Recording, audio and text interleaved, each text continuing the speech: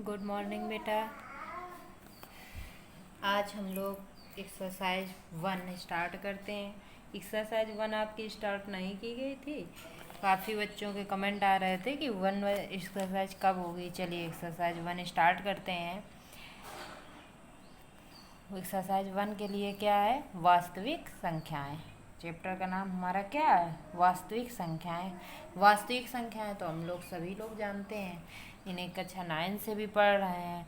जो काल्पनिक नहीं होंगी वो वास्तविक संख्याएं होंगी, अर्थात अंडर रूट के अंदर जिनका मान माइनस में होगा। अंडर रूट के अंदर जिसका वर्गमूल निकालने के लिए अगर अंडर रूट के अंदर किस में मान हो? माइनस में, वो काल्पनिक होती हैं। बाकी शेष सारी संख्याएं हमारी क्या होती हैं? वास्तविक संख्याएं। लेकिन अब यहाँ हम लोगों को वास्तविक संख्याओं में उसका कुछ पढ़ने एप्लीकेशन प्रयोग कुछ हम लोग HCF महत्तम समापवर्तक, क्या HCF महत्तम समापवर्तक, ठीक है। ये हम लोग काफ़ी पहले से पढ़ते आ रहे हैं, बहुत छोटी सी कक्षाओं से। लेकिन अब इसमें क्या दिया हुआ है कि अब इसमें HCF निकालने का दूसरा फार्मूला दिया हुआ है। HCF निकालने का क्या प्रयोग बताए गए हैं? दूसरे अनुप्रयोग बताए। अब ये हम लोगों को ध्यान देना है कि ये कैसे पढ़ा जाएगा। चलिए निकालने से एक्सरसाइज स्टार्ट करने से पहले कुछ इसमें जो जो थ्योरम्स लगनी है उन थ्योरम्स को हम लोग ध्यान दे देते हैं, जिससे एक्सरसाइज को हम लोग अपनी और सरल प्रभावी प्रक्रिया और आसान बना सकें, समझने में आसानी हो। ये न लगे कि ये डायरेक्ट कहाँ से आ गया, ठीक है। जैसा कि हर चैप्टर में पढ़ने से पहले हम लोग कुछ फार्मूलों पे ध्यान देते हैं। यहाँ जो थ्योरम है हम लोगों की, वही हम लोगों के फार्मूले हैं इस चैप्टर के लिए, और कुछ फार्मूले भी हैं, देखते हैं इन्हें। यूक्लिड विभाजन प्रमेयिका। पहले क्या है? यूक्लिड विभाजन प्रमेयिका यानी यूक्लिड के डिवीजन थ्योरम, ठीक है। क्या कहती है ये? इसको देखते हैं। इसमें थ्योरी को बहुत इंपॉर्टेंट है, और थ्योरी आप लोगों को बहुत अच्छी तरीके से ध्यान देना है थ्योरी को। देखिए क्या कहती है। दो धनात्मक पूर्णांक A और B दिए हुए हैं। धनात्मक का मतलब जो भी संख्याएं होंगी वो पॉजिटिव होंगी, माइनस में नहीं होंगी, ठीक है। दो A और B पूर्णांक दिए रहने पर ऐसी अद्वितीय पूर्ण संख्याएं, कोई और ऐसी अद्वितीय पूर्ण संख्याएं जो होंगी Q और R ऐसे विद्यमान हैं। जब A और B पूर्णांक दिए होते हैं तो उन्हीं से Q और R ऐसे हमें विद्यमान, उसी संख्याओं के बीच में ये ऐसे विद्यमान होते हैं कि A बराबर BQ प्लस R क्या बनेगा? A बराबर BQ प्लस R। जो R का मान होगा वो देखिए ये इक्वलिटी लगी, R का मान 0 lesser than R equal to, R का मान 0 के बराबर होगा और 0 से कम नहीं होना चाहिए। 0 lesser than R equal to यानी 0 R के बराबर है या R से छोटा, ठीक। R इज लेजर देन, लेकिन R हमारा किससे छोटा होगा? B से, ठीक है। 0 के बराबर तो R हो सकता है, लेकिन R जो भी यहाँ B पूर्णांक लिया जाएगा R उससे छोटा होगा, ठीक। चलिए आगे देखते हैं क्या कहता है। कुछ ये इम्पॉर्टेंट फैक्ट हैं जो नोट लगा के लिखे हुए हैं। क्या लिखा है? यूक्लिड विभाजन एल्गोरिथ्म, इसी को कलन विधि भी बोलते हैं, इसी प्रमेयिका पर आधारित है जिसका प्रयोग दो धनात्मक पूर्णांकों का HCF ज्ञात करने के लिए। देखिए इसीलिए इसको नोट लगा के लिखा गया है कि जो यूक्लिड विभाजन प्रमेयिका का प्रयोग होगा, यानी थ्योरम का जो प्रयोग होगा वो किसमें होगा? HCF निकालने के लिए। किसका HCF निकालने के लिए? दो धनात्मक पूर्णांकों का HCF निकालने के लिए, परिकलित का मतलब निकालने के लिए, गणना करने के लिए, ठीक है। चलिए अगला देखते हैं क्या। अंक गणित की आधारभूत प्रमेय यानी फंडामेंटल थ्योरम ऑफ अर्थमेटिक, ठीक है। अब इसको देखते हैं ये क्या कहती है हमारी। ये क्या कहती है? प्रत्येक भाज्य संख्या को अभाज्य संख्याओं के एक गुणनफल के रूप में व्यक्त किया जा सकता है। अभी तक देखिए हम लोग सब लोग जब गुणनखंड करते हैं, जैसे मान लीजिए 12 का गुणनखंड करना है तो 2 गुणे 2 गुणे 3 लिखा है। मान लीजिए 8 का गुण करना है तो 2 गुणे 2 गुणे 2, यही तो करते हैं। गुणनखंड तो हम लोग काफ़ी पहले से पढ़ते आ रहे हैं, लेकिन उसको गुणनखंड को कैसे निकाला, किसने निकाला, क्या हुआ, उसका नाम क्या दिया गया, ये कहाँ मिला? आज हमें मिला है जाके। क्या इसको क्या कहते हैं? ये क्या कौन सी प्रमेय से आया है? अंक गणित की आधारभूत प्रमेय यानी फंडामेंटल थ्योरम ऑफ अर्थमेटिक, ठीक। अब इसकी लाइन देखिए बहुत अच्छी तरीके से, क्या लिखा है, प्रत्येक भाज्य संख्या को अभाज्य संख्याओं के गुणनफल। देखिए 12 हमारी क्या है, भाज्य संख्या है ना, कट जाती है, 2 गुणे 2 गुणे 3, ये क्या है हमारी अभाज्य संख्याएं हैं कि नहीं है। अभाज्य संख्याएं, सबसे छोटी अभाज्य संख्या 2 होती है। अभाज्य संख्याएं इन्हें हमने पढ़ा है कि नहीं पढ़ा है। तो ये सारी अभाज्य संख्याएं मिल गई, वही इसमें लिखा है। ठीक है, किन्हीं दो धनात्मक पूर्णांकों a और b के लिए, कोई दो धनात्मक पूर्णांक a और b होते हैं तो ये एक फार्मूला है। इसको भी हम देख चुके हैं, लेकिन आज हम इसको फिर से देखते हैं। क्या होता है धनात्मक पूर्णांक का फार्मूला, HCF गुणे LCM बराबर a गुणे b। HCF किसका होगा, इन्हीं का, a और b का। a और b का HCF होगा हाईएस्ट कॉमन फैक्टर। ठीक है, महत्तम समापवर्तक। LCM लघुत्तम समापवर्तक।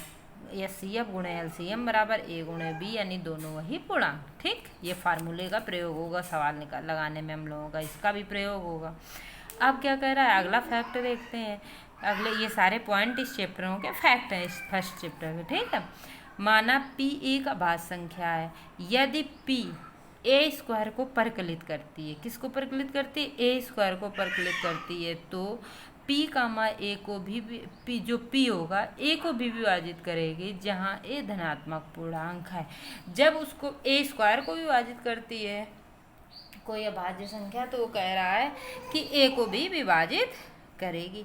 किसी को भी आप स्क्वायर का देख के ले लीजिए, अगर कोई अभाज्य संख्या तो उसको विभाजित करेगी कि नहीं, बहुत सारे उदाहरण मिल जाएंगे। ठीक है, चलिए इस प्रमेय का प्रयोग, इसका प्रमेय किसका प्रयोग किस में किया जाएगा, √2 √3 अपरमेय संख्या सिद्ध करने में। अब इस चैप्टर में हम लोग ये भी सिद्ध करेंगे कि सिद्ध करिए कि ये √2 एक अपरमेय संख्या है या √2 + 4 एक अपरमेय संख्या है, इस तरीके से। तो उसमें किसका प्रयोग होगा, इस थ्योरम का, यानी इस पॉइंट का प्रयोग होगा। ठीक है, अगला पॉइंट देखते हैं क्या लिखा है। लिखा है शांत दशमलव। अब हमें इसमें आगे चैप्टर में ये पहचानना है कि इस एक्सरसाइज में कि शांत दशमलव कैसे है या अशांत दशमलव कैसे है, क्या है, ये क्या होता है। तो ये देखिए क्या होता है, अगर x बराबर p/q, कोई भी एक परिमेय संख्या में दी हुई है p/q की जगह 4/5 हो सकता है, 3/9 हो सकता है, कुछ भी हो सकता है। ये पूर्णांक दिए हुए हैं। ठीक है, कि q, अगर q का मतलब हर वाला, ध्यान देना है, q का नाम लिया गया। q का मतलब जो आपका हर में लिखा होगा, नीचे अपॉन में लिखा होगा, उसको किस रूप में लिख लें, 2m × 5n। अगर उसका गुणनखंड करें 2m, m का मान कुछ भी हो सकता है, n का मान कुछ भी हो सकता है, कुछ भी का मतलब 1 2 3 4, कुछ भी, कोई भी संख्या हो सकता है, अंक हो सकता है गिनती का। अगर इस रूप में है जहाँ m और n ऋणोत्तर पूर्णांक हैं, इसमें साफ साफ बता दिया गया है कि ये पूर्णांक हैं आपके। ठीक है, जैसे 2⁴ हो गया, 2⁵ हो गया, × 5⁴ हो गया, किसी प्रकार का। अभी जब क्वेश्चन सॉल्व करेंगे तो और अच्छी तरीके से समझ में आएगा।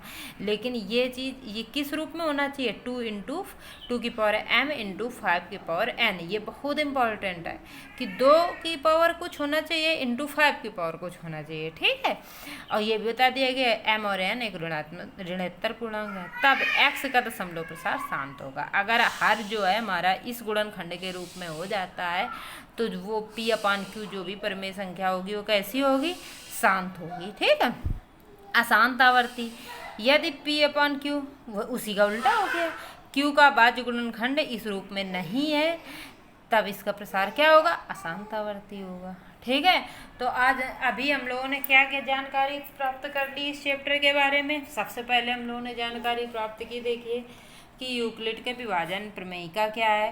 ठीक, उसके बाद हम लोगों ने क्या जानकारी मिल गई हम लोगों को कि फंडामेंटल थ्योरम क्या होती है। आज तक हम सब लोग फुटकर मतलब खुली खुली छोटी छोटी बातें बहुत सारी पढ़ते थे, लेकिन इनको संगठित रूप से कहते क्या है, ये सारी चीज़ें हैं। चलिए एक क्वेश्चन भी देख लेते हैं यूक्लिड विभाजन का, a और b के रूप में लिखा है। अब इसको अंकों के रूप में, पूर्णांकों के रूप में देखते हैं इस प्रमेय को, और अच्छी तरीके से समझ में आएगी। क्वेश्चन क्या है हमारा, क्वेश्चन दिया हुआ है फर्स्ट एक्सरसाइज 1.1 का फर्स्ट, देखिए क्या लिखा है, यूक्लिड के विभाजन एल्गोरिथम के प्रयोग करके हम 225 और 135 का HCF ज्ञात कीजिए। दो उसके और भी खंड हैं, फर्स्ट पार्ट ले लिए हैं। ठीक है, हमें क्या निकालना है, HCF, लेकिन किसका प्रयोग करके, यूक्लिड के विभाजन एल्गोरिथ्म का। ठीक है, जो पूर्णांक आपके दिए हुए हैं, जो भी संख्याएं ए और बी दी हुई हैं, उसमें जो ए होता है वो बड़ा होता है और बी होता है वो छोटा होता है। जो दो होंगी, बड़े वाले को हम लोग ए मानते हैं, छोटे वाले को क्या मानते हैं, बी। हमने यहाँ लिख दिया है, चूंकि ए ग्रेटर देन बी, हम ए और बी ग्रेटर देन बी लेते हैं। ठीक, सबसे पहला पॉइंट ये मिला। ठीक, अब यूक्लिड विभाजन एल्गोरिथ्म से, सॉरी बेटा, एल्गोरिथ्म से, ठीक है, यूक्लिड विभाजन एल्गोरिथ्म के प्रयोग से। क्या फार्मूला अभी अभी हमने पढ़ा था, देखिए, a बराबर बी क्यू प्लस आर, वही हमने फार्मूला लिखा, a बराबर बी क्यू प्लस आर। अब यहाँ r और q क्या है, बहुत अच्छी तरीके से देखिए और समझ में आ जाएगा। जो b का होता है 135 होता है, b का भाग हम 225 में देते हैं, कितनी बार जाएगा, 135 का भाग हमने 225 में दिया तो कितनी बार गया, एक बार जाएगा। और भाग देने के बाद जो बचता है, देखिए 125, रफ वर्क यहाँ कर लेते हैं, b का मान क्या है 135 का हमने भाग किस में दिया, 225 में, कितनी बार गया, एक बार गया, 135, 0 12 में 3 गए 9, 0, शेष फल कितना बचा, 90। इसको देखिएगा, यही लिखने का तरीका है। तो 225 बराबर क्या लिखेंगे, जो आया 135 इंटू 1 प्लस 90, लिखा है यही।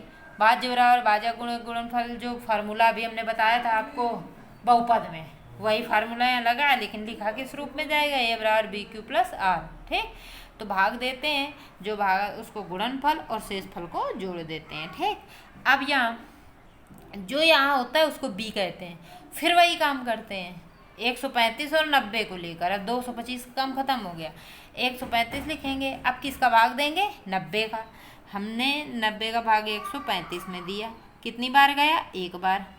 ठीक है, फिर जितना बचा, कितना बचा, 45, वही काम, 135 बराबर 90 गुणे 1, एक बार गया भाग, ये देखिए 90 गुणे 1 प्लस 45, सेकंड स्टेप फिर वही किया, जब तक r शून्य न मिल जाए, यही प्रक्रिया करनी। अब हमें कौन से 2 अंक मिल गए, अब इसका काम खत्म हो गया, जो इस तरफ a लिखा जाता है वो हटता जाता है, 90 बचा और 45, तो 90 बड़ा वाला फिर इस तरफ लिखेंगे, बड़ा इस तरफ लिखते हैं, 45 का भाग 90 में देंगे तो कितनी बार जाएगा, 2 बार, पूरा पूरा चला जाएगा, तो शेष फल क्या होगा, 0। ये हमने इसीलिए इसको थोड़ा सा लैंग्वेज लिखी है, ये आप लोग भी लिखेंगे, अच्छा लग रहेगा, समझने में आसानी होगी।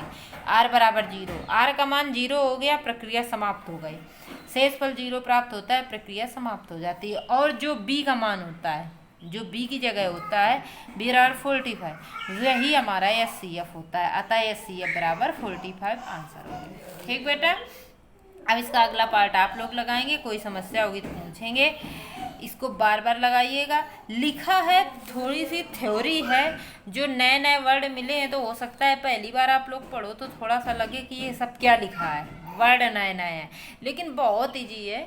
देखिए क्वेश्चन कितना ईजी है, क्वेश्चन के रूप में मिल गया हमें तो। ठीक है, चलिए ठीक, धन्यवाद बेटा।